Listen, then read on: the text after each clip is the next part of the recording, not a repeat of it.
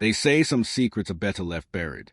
I never believed that until I found myself standing alone in front of my late grandfather's cabin, deep in the woods of Maine, with a storm crawling in and a shovel clutched in my hand.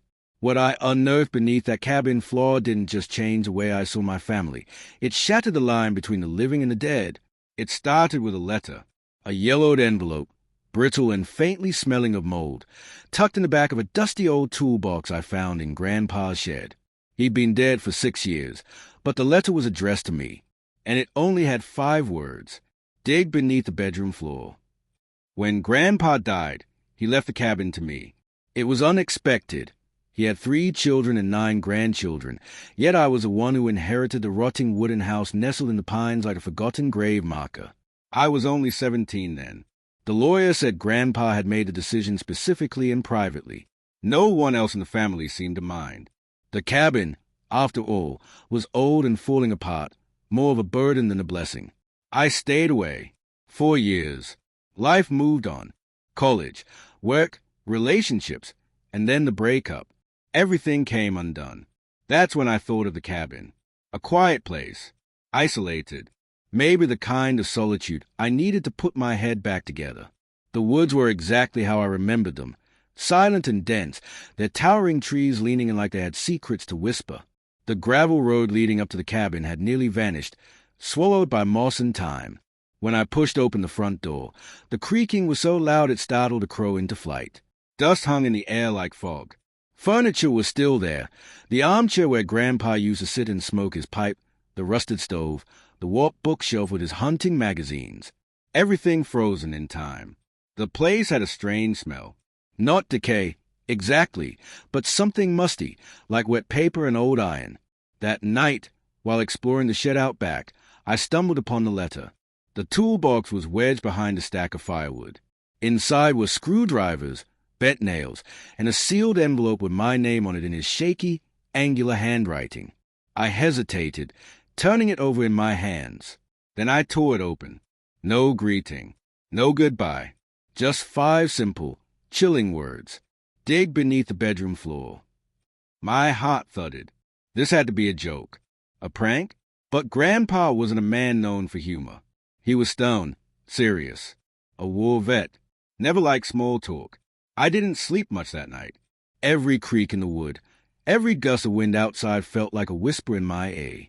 But the next morning, as a gray light filtered through cabin window, I found myself standing in the bedroom, staring at the floor. It was the only room with floorboards newer than the rest of the house, like someone had replaced them recently, maybe a decade ago. Odd, considering Grandpa never renovated anything else. I fetched a crowbar from the shed and pried the first board loose. The air that came out was cold and damp, smelling of earth and rot. I removed more planks. Beneath them was solid date, compact and dark, with a few twisted roots poking out. I hesitated. Then I began to dig. The shovel cut through the earth with a wet thwunk. Inch by inch, I dug, sweat beading on my brow despite the cool morning air. The pit widened. 1 foot down. 2 feet. Then something clicked. Not the sound of metal on stone. This was hollow. Wood? I knelt and brushed away dirt with my hands. A wooden box. Old. Rotted at the corners. A handmade latch rusted shut. My pulse was a roar in my ears. I hauled it out and placed it on the floor. The wood groaned under its weight. When I forced the latch open, the stench hit me like a wave. I gagged. It was a sour, sweet rot of something long dead. But what lay inside wasn't a body. Not quite. The first thing I saw was a doll. Its porcelain face cracked down the middle, one eye missing, the other staring straight up. Beside it, a bundle of cloth wrapped in what looked like hair. Human hair. Dark, matted. I didn't dare unwrap it. There were photos, too, sepia tone and faded. A woman I didn't recognize, her face scribbled out with black ink. The same woman appeared in every photo, standing beside a man who looked unsettlingly like a younger version of Grandpa. But in each picture, she was slowly fading, her outline becoming more blurred, distorted, almost like she was vanishing from the image entirely. Then I found the journal. It was leather-bound, brittle. The pages flaked to the edges, covered in cramped handwriting that sloped downward like it was trying to flee the page. The entries were dated from the 1960s. I flipped through quickly, my fingers trembling. The name Marjorie kept appearing, always with phrases like, "She's not human." The woods whispered her name before I ever met her. I can't let her out again. The final entry made my skin crawl, buried her soul, but she's still listening. I reburied the box out of instinct. My hands were shaking too hard to properly refill the pit, but I covered it with dirt and the floorboards as best I could. Then I locked the bedroom door from the outside. That night, the woods were louder. I don't mean in a literal sense. The trees groaned. The wind didn't just blow, it hissed. The sound of branches scraping against the windows was almost rhythmic, like breathing. And then came the knocking. It started around midnight. One knock, then two. Slow, deliberate. Not at the door, at the floor. I froze in bed, every muscle locked. It came again. A pause. Then again. Knock, knock. From the bedroom floor beneath me. I wanted to run. But where? I was 30 miles from the nearest town. My car's gas tank was almost empty, and the storm that had been creeping in finally broke. Rain lashed against the cabin like claws. I stayed up the rest of the night, gripping a flashlight and a fireplace poker, staring at the locked bedroom door. The knocking didn't return, but I could feel something. A presence. Watching. Waiting. The next morning, desperate for answers, I took the journal to the kitchen and began reading in earnest. From what I pieced together, Marjorie was a woman Grandpa had met in 1962. He described her as hauntingly beautiful with eyes like stormlit ice. She appeared suddenly one day in the woods near the cabin, barefoot, dazed, claiming to have no memory of who she was. He took her in, but the entries grew darker. Grandpa wrote of how animals avoided the cabin when she was near, how she'd whisper in her sleep in a language he didn't recognize, how she never seemed to blink. Then came the blood. Birds found dead at the windows. A neighbor's dog gutted and left on the porch. Grandpa became convinced that Marjorie wasn't human, that she was something the forest had made, or summoned. The final entries hinted at a ritual, some kind of binding, something he did with pain and guilt to silence the whispers. I barely finished reading when something moved outside, a flicker between the trees. A figure, white dress, long black hair, skin pale as ash. I blinked and she was gone. I ran out onto the porch, calling out. Nothing but the rustle of wet leaves. I shouldn't have called. That night, she came to the window. The story of what lay buried beneath my grandfather's cabin had only just begun. I thought I was unearthing secrets. But the truth is, I was digging up something that had been watching, waiting. I hadn't freed her. I had awakened her. And she wasn't going back. The window pane was fogged from the storm, but I saw her, just for a second, her face pressed against the glass. Pale, hollow. Her eyes were wide, unblinking, like two holes carved in porcelain. She didn't blink. She didn't move. She just stared. I didn't scream. I couldn't. My body froze like prey under the gaze of a predator. I dropped the journal, grabbed the fireplace poker again, and stood perfectly still, praying she'd vanish. And just like that, she did. The space outside the window was empty again, as if she'd melted into the mist. But the air in the room had changed. Heavier. The silence wasn't empty. It was waiting. I didn't sleep that night.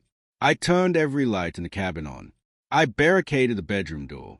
I even whispered aloud to the shadows, "I'm not afraid of you," though my voice cracked with every word. By sunrise, I was back at the kitchen table with Grandpa's journal, flipping back to the pages I had skimmed before. She isn't bound by time like we are. The forest gives her new faces. When I buried her, I thought I was sealing the evil away, but I only delayed it. She will return. She always does. The entries grew increasingly erratic. Paragraphs turned into frantic scribbles. Words trailed off mid-sentence. Whole pages were ripped out. There was a mention of something called the hollowing. Grandpa never explained what it was, only that it begins once the box is opened. Then, a page written in red ink. If you see her in the trees, it's already too late. Later that day, just as I began convincing myself it had all been my imagination, a knock came at the front door. A real one. Not from the floor or the windows. Just a normal knock. Sharp. Quick. I opened it to find an old man standing on the porch. He wore a hunter's cap, his coat soaked from the rain, and he leaned heavily on a cane carved with strange symbols. His eyes were sharp, too sharp for someone his age. "You the grandson?" he asked without introduction. I nodded. "Thought so. You've got his look." He paused, scanning the woods over my shoulder. He told me if someone ever opened the box, to come up here. My heart kicked into a gallop. "You knew my grandfather?" "Since we were boys. Name's Alton. I live over in Carver's Creek." He pushed past me into the cabin like he'd been here 100 times. "I'm sorry," I said, following him, "but how did you know?" He held up a hand. "Let me guess. You found the letter. You dug where he told you. You opened the box." I didn't answer. I didn't need to. He sighed. "Then we don't have much time." Alton sat by the fireplace, eyes fixed on the flames. "She wasn't always a monster," he said softly. "At least, that's what your grandfather believed. She was found wandering near Miller's Grove in '62. Said she had no name, no past. Folks took her in, gave her food, a place to stay. But something wasn't right about her. Animals avoided her. People got sick around her. And she never slept." He glanced at me, his voice low and tense. "They say the forest made her. Or maybe she came through it from somewhere else. Some called her a wraith. Others thought she was a witch. But your grandfather, he loved her." My stomach turned. He tried to save her. He thought he could bind whatever was inside her. He found old books, learned rituals, things no one should mess with.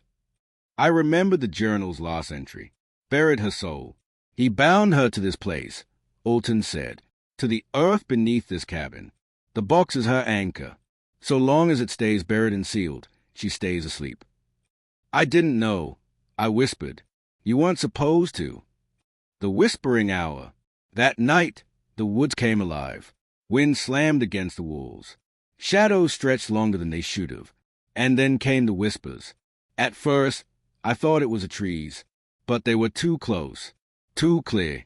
"He lied to you. She was your blood." The roots remember. I clamped my hands over my ears, backing into the wall. The whispers coiled around me, seeping through the floorboards, the walls, my skull. Alton stormed into the room, face pale. "She's waking faster than I thought." "What do we do?" He looked at me grimly. "We have to seal her again, before the hollowing begins." He explained that the hollowing was a curse, one that turns land inside out. Reality phrase. Time bends. The dead listen. It was what Grandpa had delayed for decades by binding her. We needed to rebury the box, with new symbols, fresh blood, and something ahaze. The doll, the hair, the photographs. I hadn't unwrapped the hair bundle. I didn't want to, but the knocking came again that night, from under the bed this time. Knock, knock, knock. We spent the next day preparing. Alton drew symbols across the floor using charcoal and salt. He muttered incantations under his breath, some in English, others in a language that made my head hurt just hearing it. We unwrapped the bundle together. Inside were teeth. Human, tiny, like from a child. I nearly dropped them, bile rising in my throat. "She takes pieces," Alton said softly, "of the one she loves." When night fell, we opened the floor once more. The pit was damp, almost breathing. The box sat at the bottom, still half open. Inside, the doll had moved. Its remaining eye now looked toward us. Alton began the ritual. He chanted. The symbols glowed faintly. The air thickened, colder than ice. My breath fogged in front of me. I felt watched, by the trees, by the walls, by the dark itself. Then the knocking returned, furious now, from all directions. Bam, bam, bam. The cabin shook. "She knows," Alton whispered. "She's trying to stop it." The final step required blood. Mine. I didn't hesitate. I sliced my palm and let it drip onto the doll, the hair, the box. The earth seemed to groan beneath us. Then silence. Complete.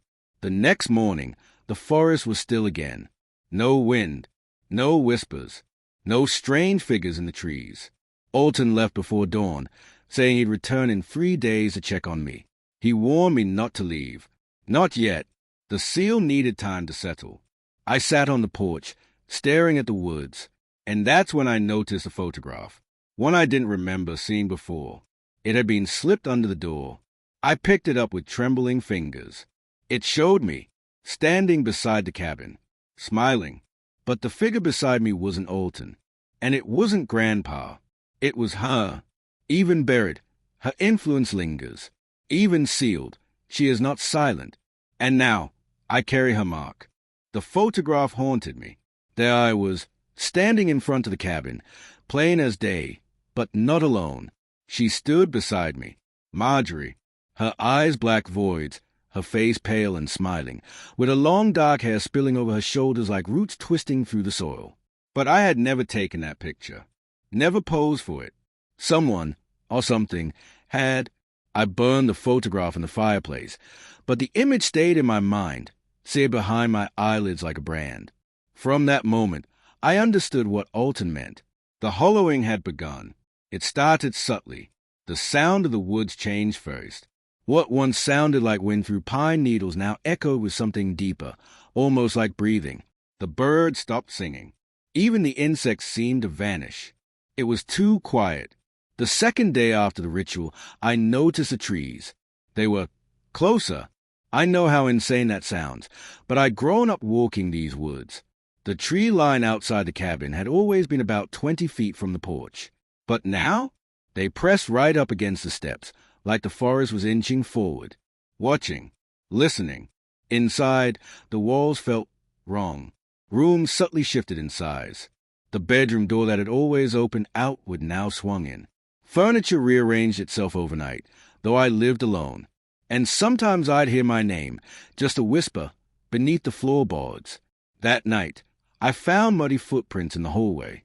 Small ones, barefoot, leading from the pit under the floor to my bed. I began seeing her in my reflection. Not directly, never when I looked her in the eyes, but always at the edge, a shadow just over my shoulder, a hand brushing my back. Once, as I passed the hallway mirror, I saw her clearly behind me, smiling. I turned instantly. Nothing, but when I looked back, the mirror had cracked. Just a single thin fracture running through the middle of my reflection. It didn't heal. The next day, the crack had grown, so I covered every mirror in the cabin. I wasn't ready to see what might come through. Alton returned on the third day, as promised, but he was different. Nervous, pale. He walked with a limp now, and deep claw marks ran down his left arm, poorly bandaged. "What happened to you?" I asked. "She followed me home," he said, voice hollow. "She's not bound like before. Something's changed." He sat at the table and stared at the ceiling, as though afraid it might reach down and grab him. "She's using you," he muttered, "feeding off you. The seal didn't work. Not fully. You didn't just wake her, you invited her in." I told him about the trees moving, the sounds, the footprints, the mirror. Alton listened, grim-faced. Then he pulled something from his coat. A key. It was blackened, old, and cold to the touch. "There's a basement beneath this cabin," he said. "Your grandfather sealed it off before he died, nailed it shut and poured concrete over the trapdoor. He didn't want anyone going down there." I stared at the key in my hand. It was heavier than it looked. "She's not buried in the woods anymore," Alton said. "She's under this house, and she's hungry." We found the trapdoor beneath the rug in the living room, a massive wooden panel, barely visible beneath the dust. The floor around it was uneven, swollen slightly, like the earth below had pushed it up. It took hours to chip away the concrete, then pry it open. The smell that wafted up was unbearable. Wet soil, mildew, something else, something metallic. It was the smell of time and death. The stairs descended into pitch blackness. I held the flashlight, and Alton carried a jar of salt and an iron rod. We made our way down. The basement was far larger than I expected, built with stone walls and ancient timber support beams. Roots had pushed through the ceiling in places, and puddles lined the uneven stone floor. At the center of the room was a well. It wasn't a normal well. No rope, no bucket, just a black circle in the ground lined with jagged stones and symbols, carved deep and precise into the stone itself. The same symbol from the journal, but some had been scratched out. Something had clawed its way out from inside. Alton dropped the salt around the well's edge in a circle, reciting a chant from memory. I stood silently, every hair on my neck rising. The light from my flashlight began to flicker. Then I heard it, a whisper, not around me, but inside my head. "Come closer." Alton dropped to his knees suddenly, clutching his head. "Don't listen," he shouted. "She's in your mind now."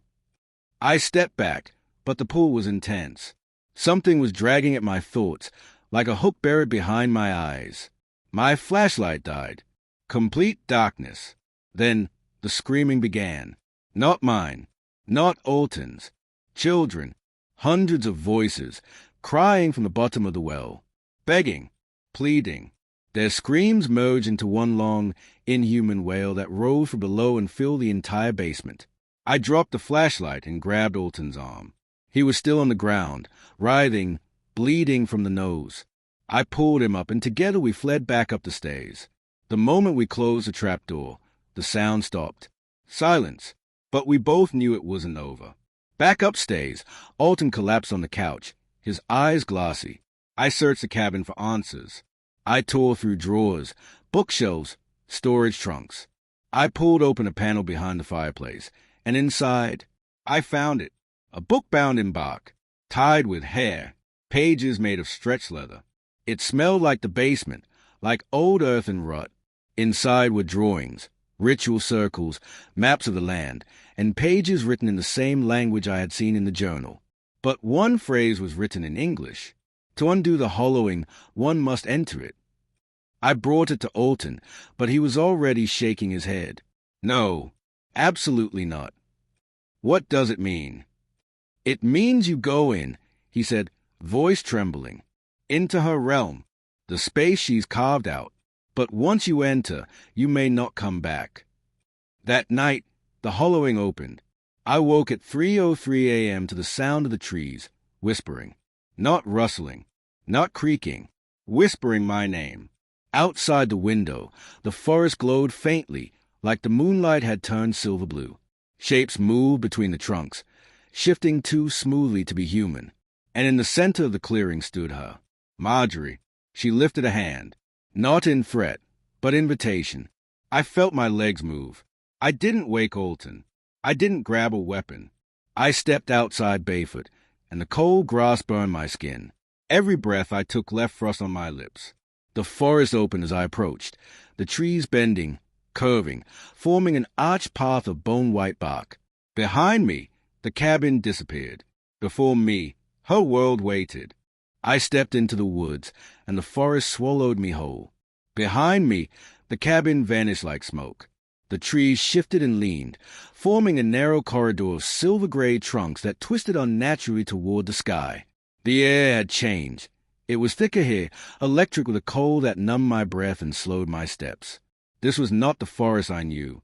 This was her world. The hollowing. And now, I had crossed its threshold. Time warped immediately. I don't mean the minutes passed strangely. I mean time fractured. 1 second I walked on a dirt path. The next I found myself trudging across snow. Then tall grass. Then waterlogged earth that oozed beneath my steps. The sky flickered through phases.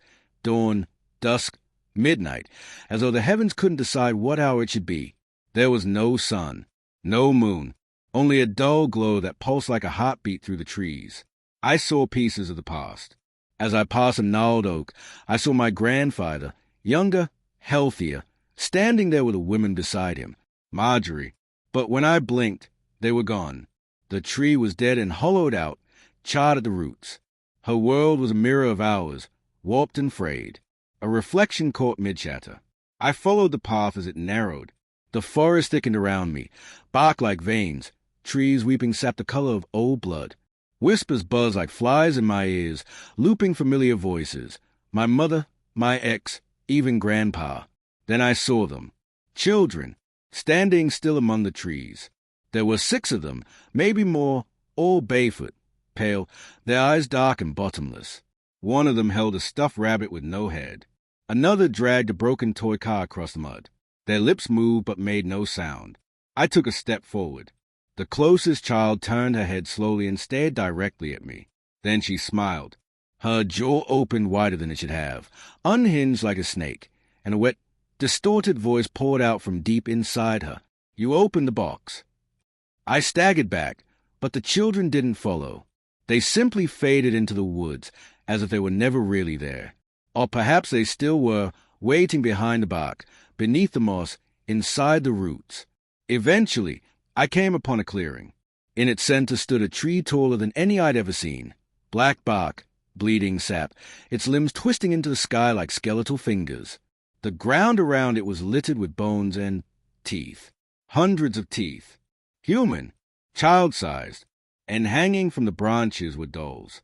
Porcelain dolls, rag dolls, straw dolls, some eyeless, some missing limbs, all of them swaying gently in wind that did not exist. This was her altar. I approached carefully. A circle had been etched around the base of the tree, a ritual marking nearly identical to the one Grandpa drew in the journal. Inside the circle lay the cracked remains of a mirror, a looking glass, its surface dark and swirling like smoke behind glass. I heard something behind me. Footsteps. Slow. Wet. I toned. She was there. She stood beneath the arch of twisted limbs, wearing a white dress stained with earth and rot. Her hair hung in tangled ropes around her shoulders, crawling with tiny white worms. Her eyes were vast, black, and bottomless, yet somehow burning with a terrible light. "You shouldn't have come," she said, her voice echoing as if spoken inside my skull. I opened my mouth, but no words came. She stepped forward, not walking but gliding, her feet never touching the ground. "You belong to me now," she whispered. "You always have." She reached toward me, her hand impossibly long, fingers thin and twitching like spider legs. I backed away and held out the key Alton had given me. The iron glowed red in my grip, burning my skin. Marjorie hissed. She shrank back from the light. The trees moaned. The dolls spun violently on their strings. The teeth on the ground began to chatter. "You brought iron into my womb," she snarled. "You bring the old laws." I dropped the key into the circle around the tree, and the earth shuddered. The broken mirror began to pulse. A voice, not hers, began to speak. Familiar, low, cracking with age. It was Grandpa. "If you're hearing this, she's not just a curse. She's our blood. She came through my bloodline. She is a forest vengeance and our family shame." Marjorie screamed, clutching her head. "Lies!" But the voice continued. I tried to bind her in love. It wasn't enough. I tried to seal her with blood. Still not enough. Only one thing can close a hollowing. The mirror shimmered. A reflection appeared, not of me, but of her, Marjorie, a child, alone in the woods, crying. I saw it clearly now. She had not come from outside the world. She had been left in it. A child abandoned, lost, and twisted by time, rage, and the hunger of the forest. This place wasn't her creation. It was her prison. "You came to free me," she said softly. Her voice had changed. It wasn't venomous anymore. It was human. "I waited for you." I stepped into the circle. The ground trembled. The dolls stopped spinning. The mirror began to pull inward, like a black hole opening behind the glass. "If I go with you," I asked, "will it close?"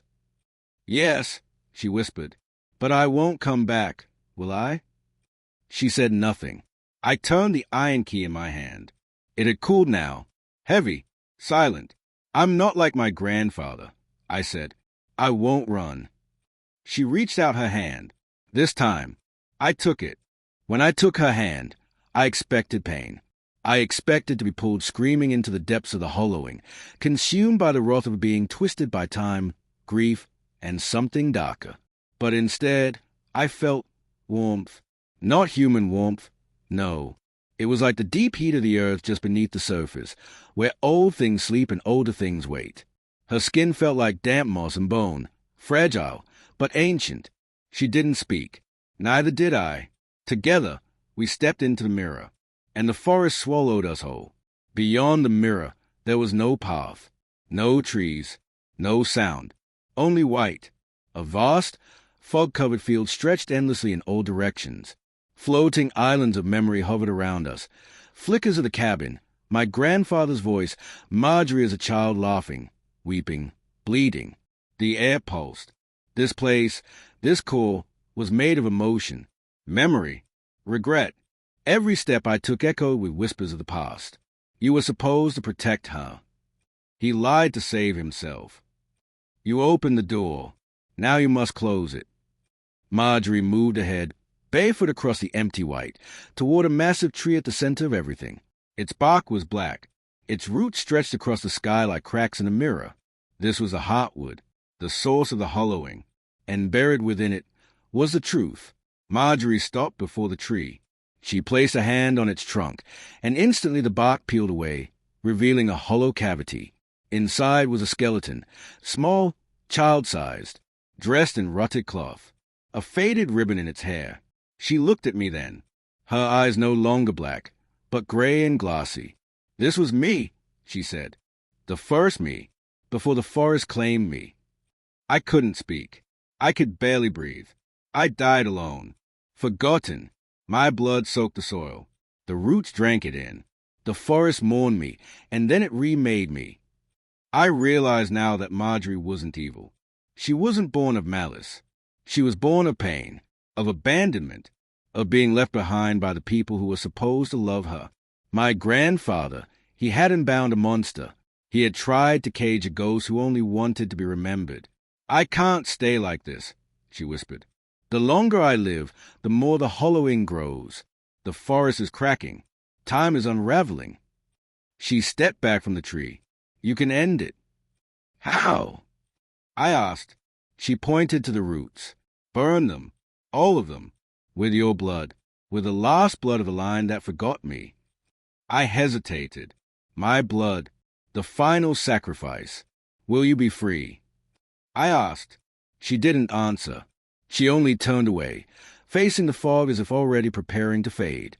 I approached the heartwood and drew my pocket knife. My hand trembled, not out of fear, but out of something else, sorrow, guilt. I pressed the blade to my palm and dragged it across. Blood spilled onto the roots. They hissed. The fog stirred. I poured it all, every drop I could give, into the hollow where Marjorie's first body rested. The roots recoiled. The ground shook. The hollowing screamed. The white fog exploded into color, not vivid, but decaying. Browns, blacks, reds. Trees burst into flame. The sky cracked open. Time screamed backwards. I saw myself as a child, standing at the edge of the woods. I saw Grandpa carrying a small box, his eyes filled with tears. I saw Marjorie, reborn over and over, crying out into a world that forgot her. Then, silence. The ground gave way. The forest collapsed inward. And everything went black. I woke up in the cabin. Not the cursed one. Not the broken one swallowed by time and roots. A restored cabin. The sun streamed through clean windows. The trees were back to where they belonged. Birds chirped. The air smelled like pine and rain and peace. Alton sat by the fireplace, sipping coffee. He looked younger. You made it, he said, smiling. Where is she? He looked at the floor. Gone. Or free. Maybe both. I stepped outside. The woods were still, calm. The ground no longer whispered beneath my feet. The hollowing was closed. For good. The final revelation. A few days later, while clearing the shed, I found a photograph. Old, faded, curled at the corners. It was of Grandpa. And beside him, holding his hand, was a young girl. She looked like Marjorie, but she wasn't labeled as Marjorie. On the back of the photo, written in Grandpa's sharp handwriting, was one word, Sister. What I found buried beneath my grandfather's cabin was more than bones and a box. It was a truth, of a family secret rooted in shame, of a child abandoned by the world, and a forest that remembered.